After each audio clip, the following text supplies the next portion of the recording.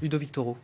Deux choses. D'abord, comme maire, si j'ai un problème dans ma ville, je ne vais pas déplacer le problème à 200 mètres plus loin parce que voilà, c'est pas possible. On ne gère pas comme ça un problème de santé publique, un problème de violence. Maintenant, je reviens côté médical. Le crack, c'est quoi en fait? C'est la cocaïne en fait qui a été coupée avec du bicarbonate, qui coûte beaucoup moins cher, mais surtout qui... La cocaïne du pauvre en fait. Oui, c'est ça, exactement. Ça coûte beaucoup moins cher. Sauf que ça vous fait monter très haut en violence. Vous vous sentez surhumain et très violent. Mais ça descend très vite aussi. Donc les gens sont obligés toujours d'aller en chercher. C'est le problème. Il n'y a pas en fait de médicaments pour se substituer à ce crack. Mais vous avez raison, c'est un problème comme toutes les drogues, de santé publique. Ça, on pourra... Si vous voulez, on a toujours joué sur le fait qu'il faut absolument mettre de la police, des amendes. Mais tant que vous aurez une demande, vous aurez de l'offre. Tant que vous aurez une demande, vous aurez de l'offre. Ça a été le même problème qui a été fait à côté de la Riboisière, les gens qui se faisaient les injections. On a fait un endroit où ils pouvaient aller s'injecter en toute sécurité et surtout on pouvait les localiser et ceux qui voulaient s'en sortir, on les aidait. Pas tous veulent s'en sortir. Même, il y a un truc, l'addiction. L'addiction, c'est une maladie.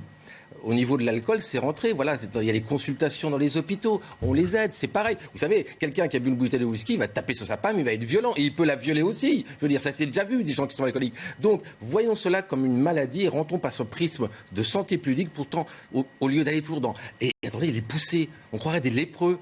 C'est-à-dire qu'on prend des gens... D'accord. Je les excuse pas, hein. Je suis pas là en train de faire des excuses. Mais vous l'avez dit, c'est un problème de santé publique. On les met là, on va les mettre où après? Ils vont venir en Seine-Saint-Denis, comme toujours, dans le 93.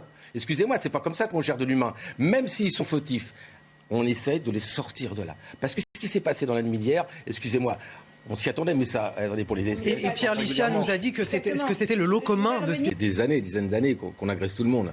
Moi aussi, médecin, j'ai été agressé. On agresse de plus en plus l'autorité et ce qui représente l'autorité. Mais vous savez, policiers, pompiers, médecins, instituteurs... Ça augmente. On sait très bien qu'il n'y a plus de limite maintenant pour agresser quelqu'un quand on n'a pas tout de suite ce qu'on veut. D'accord? Il n'y a même pas de discussion possible. Moi, j'ai déjà été frappé. C'était il y a longtemps. C'était il y a 10 ans. Mais moi, régulièrement... Et bientôt, on va proposer des stages commando, quoi. Non, mais en fait, c'est un peu compliqué. Mais le maire aussi a un rôle. Vous essayez de calmer. Moi, j'ai l'avantage d'être médecin, donc j'ai déjà vu des fous face à moi, donc j'arrive à les gérer, d'accord? Mais récemment, on m'a dit, je sais où vous habitez, monsieur le maire. C'est des menaces régulières. D'ailleurs, où habite un maire. Bientôt, il va falloir que le maire n'habite plus dans la ville. Un peu comme les policiers, qu'ils aillent à 200 km. Donc, c'est une réalité. Alors, mais quel échec quand même. Et on en est à dire au maire comment vous allez défendre contre des oufs qui vont essayer de vous battre. Sérieux, on en est où? David, pourquoi les décisions de justice aujourd'hui ne sont plus acceptées? Non, mais là, c'est une belle pièce de théâtre. Je vais vous le dire comme je le sens. C'est-à-dire que, non, mais je vais vous le dire. Le responsable, c'est quand même le président de la République. Il envoie d'autres de ses ministres pour se battre. Mais ça, c'est calculé. Ne me dites pas qu'ils vont dans les... Good cop et bad cop. Mais oui, c'est-à-dire qu'allez, on les fait... Et puis là, ils nous disent que tout va bien ce matin. Ils nous disent non, tout va bien. Est-ce qu'ils ont été rappelés à l'ordre? Deuxième propos. Donc là, c'est clair. Ils ont mis 2 acteurs sur un théâtre qui sont en train de se battre. Comme ça, on voit pas le président de la République derrière. C'est quand même lui qui gère tout ça, d'accord? Mais c'est parfait. Ils sont très forts dans ce domaine-là, tous les deux, d'accord? Maintenant, excusez-moi, j'entends ce que vous dites sur l'argent. Mais le citoyen, il veut quoi? Il veut des résultats. Vous pourrez annoncer des milliards, parce que les milliards, on ne sait pas ce que ça veut dire. On veut des faits. Et c'est vrai que depuis 4 ans, les choses ne se sont pas améliorées. Le citoyen, alors là, on monte les uns contre les autres, mais ils ne sont pas les uns contre les autres, c'est faux. Ils parlent tous les deux qu'il nous manque de moyens. Mais on le sait tous qu'on va visiter. Moi, j'ai été voir le TGI de Bobigny. Allez, venez avec moi. Je veux dire, c'est pas possible qu'on fasse des jugements à cet endroit-là. Il manque de monde en Seine-Saint-Denis. Il manque de tout ça. Mais excusez-moi, ça fait 4 ans que vous êtes là. Et c'est pas ces sommes-là qui suffiront à changer l'opinion. Et surtout, ce qui vivent tous les jours les citoyens au quotidien en termes de violence. Alors, Guillaume, Ludovic Toro. Oui, rapidement, je veux dire... Vous avez vu où on en est? C'est-à-dire que quand on soigne quelqu'un qui n'est pas d'accord avec soi dans son pays, on va envoyer 8000 migrants. Et j'entends là, vous me parlez de l'Europe, je veux bien. Mais on parle des questions diplomatiques. Ouais, oui, mais attendez, on peut parler d'économie, mais vous n'allez pas mettre des gens, c'est quoi? C'est de l'esclavage?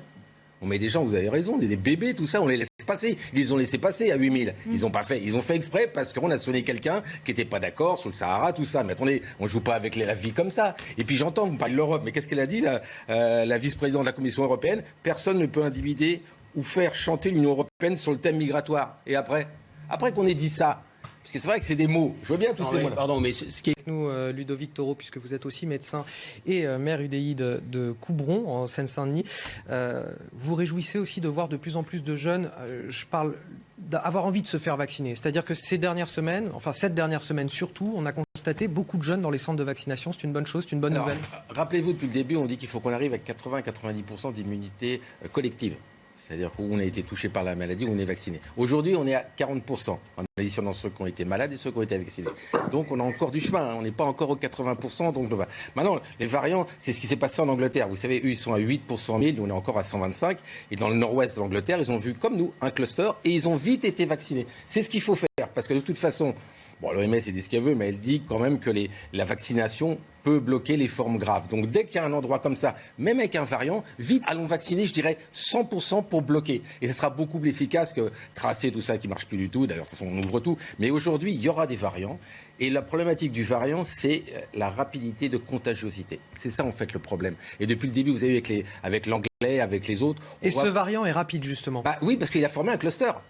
En fait, le problème aussi qu'on a, et on va le dire très clairement, c'est le séquençage. Chez nous, sur 1000 personnes qui sont positives, il y en a un de séquencé et en Grande-Bretagne, il y en a 60.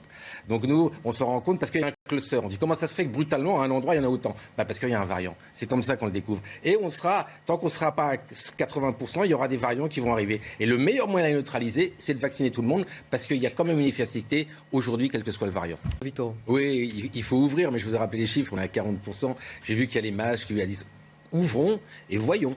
Mais là, de toute façon, on ne tient plus. Les façons sociétales, ça ne tient plus. Donc, il faut ouvrir aujourd'hui. On n'est pas encore sorti de cette crise. Il faut garder les distances, il faut garder les masques. Et nous verrons bien dans les 15 jours, 3 semaines, ce qui se passe. Mais on ne peut plus fermer. C'est-à-dire qu'au bout d'1 an et demi, ce n'est plus à un niveau de temporalité qu'un citoyen peut avoir. Laurent